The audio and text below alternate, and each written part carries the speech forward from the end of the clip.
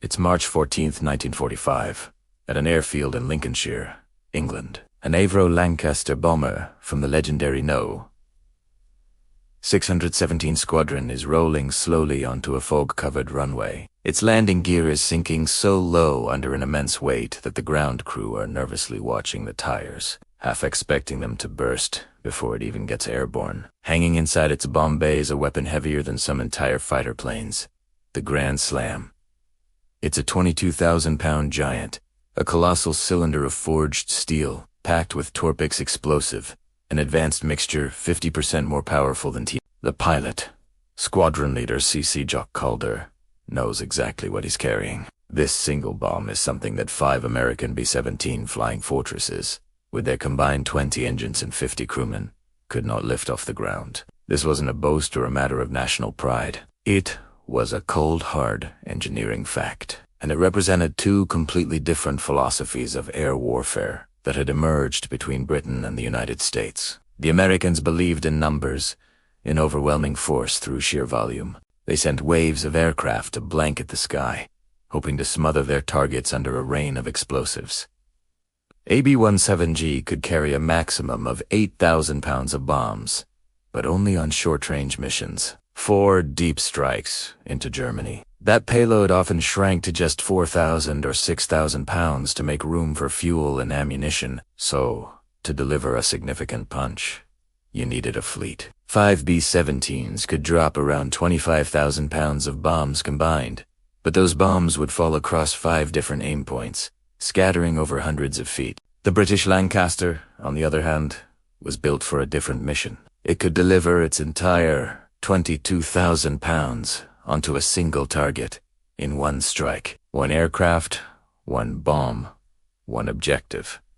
This wasn't just about lifting power. It was about a fundamentally different way of thinking about destruction. And by 1945, the Germans had built targets that demanded a new approach. Throughout the war, Germany had constructed targets that ordinary bombing could barely scratch. They built massive submarine pens with roofs made of 7 meters of solid, reinforced concrete. They defended ancient 19th century stone viaducts, with arches of solid masonry that seemed indestructible. They even built entire factories buried deep inside mountains. Thousands upon thousands of tons of conventional bombs had rained down on these sites, leaving behind a moonscape of craters. But the targets themselves remained standing, stubbornly defiant. That's when a brilliant British engineer named Barnes Wallis asked a different question. Instead of asking how to blast through something designed to survive direct hits, he wondered, how do you destroy it from a direction it was never designed to defend against? His answer was revolutionary,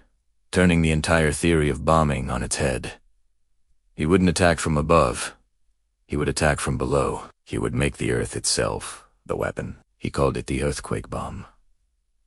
Here's how it worked. Dropped from high altitude, the bomb's streamlined, hardened steel body would accelerate to nearly the speed of sound. Instead of exploding on impact, it was designed to pierce deep into the ground, burrowing 90 to 100 feet into the soil and rock before its delayed fuse triggered the detonation. The explosion wouldn't create a massive fireball on the surface. Instead, it would create a localized earthquake, shattering the foundations of the structure from underneath. It would shake the target to pieces from its base, a place no architect had ever designed to withstand such a violent, subterranean shock. Wallis had first proven this radical idea with a smaller, but still massive, weapon called the Tallboy. This 12,000-pound bomb was used in 1944 to destroy the Somio railway tunnel in France. The bombs didn't hit the tunnel directly. They plunged into the hillside above it and detonated deep underground. The resulting shockwave collapsed the tunnel, burying an entire panzer division that was passing through at the time. Wallis's theory was validated, but he had always dreamed bigger, and the Lancaster was the only plane that could do it because of its unique design. Unlike the American B-17, whose bomb bay was split in 2 by a huge structural spar running through the fuselage, the Lancaster had a single, cavernous, 33-foot-long bomb bay. It was an uninterrupted space that could swallow weapons of unprecedented size and shape. To accommodate the Grand Slam, the bomb bay doors were removed entirely and replaced with special bulged The aircraft's frame was heavily reinforced to handle takeoff weights exceeding 70,000 pounds, far beyond its original design specifications. The Grand Slam's first target was the Bielefeld Viaduct, a massive Prussian stone bridge. It was a critical railway link that had stubbornly resisted destruction. It had survived 54 separate bombing raids, absorbing over 3,500 tons of conventional explosives without collapsing.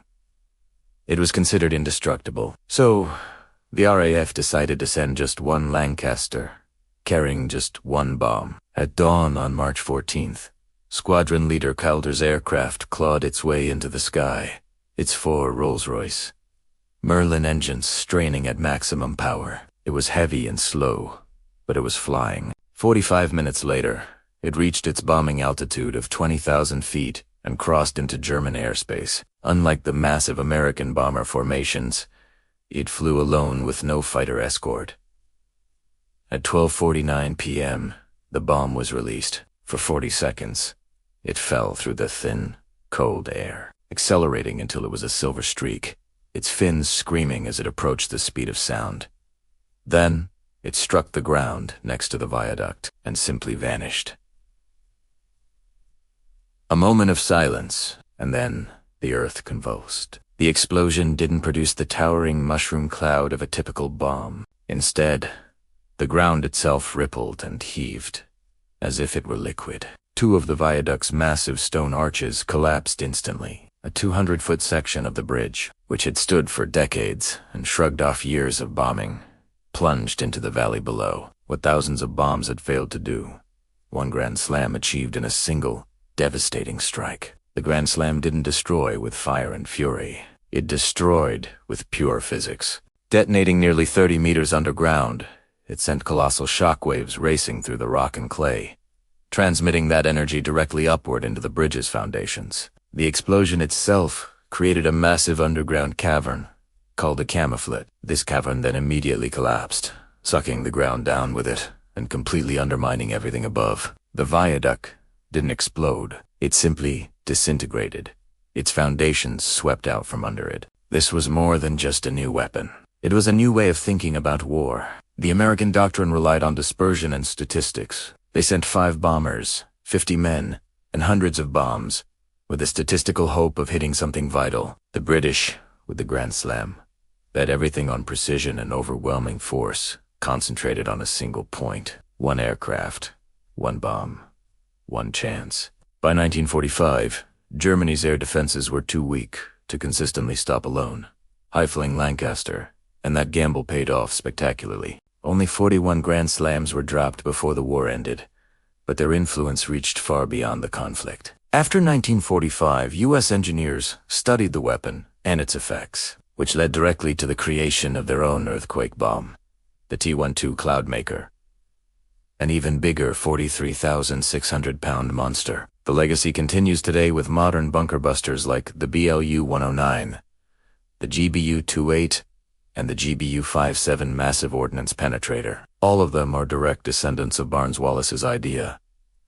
Heavy, hardened, accurate, and deep in it. Even Britain's Cold War nuclear bomber, the Avro Vulcan, inherited the Lancaster's design philosophy of minimal defensive guns and maximum payload flexibility. Today, the few remaining Lancasters rest silently in museums. Their distinctive bulged bomb bays are a quiet reminder of the titanic weapon they once carried. But their legacy, and the legacy of the bomb they delivered, endures. It's a story that proves that sometimes the right weapon, delivered with precision, can achieve what an army of wrong ones never could. It proved that in the brutal calculus of war, the concentration of force could matter far more than sheer numbers. And that is the story of the Grand Slam, the bomb that literally shook the earth, and in doing so, changed the course of history. Thanks for watching. If you enjoyed this look into military history and engineering, be sure to like this video and subscribe to the channel for more stories like this one. See you next time.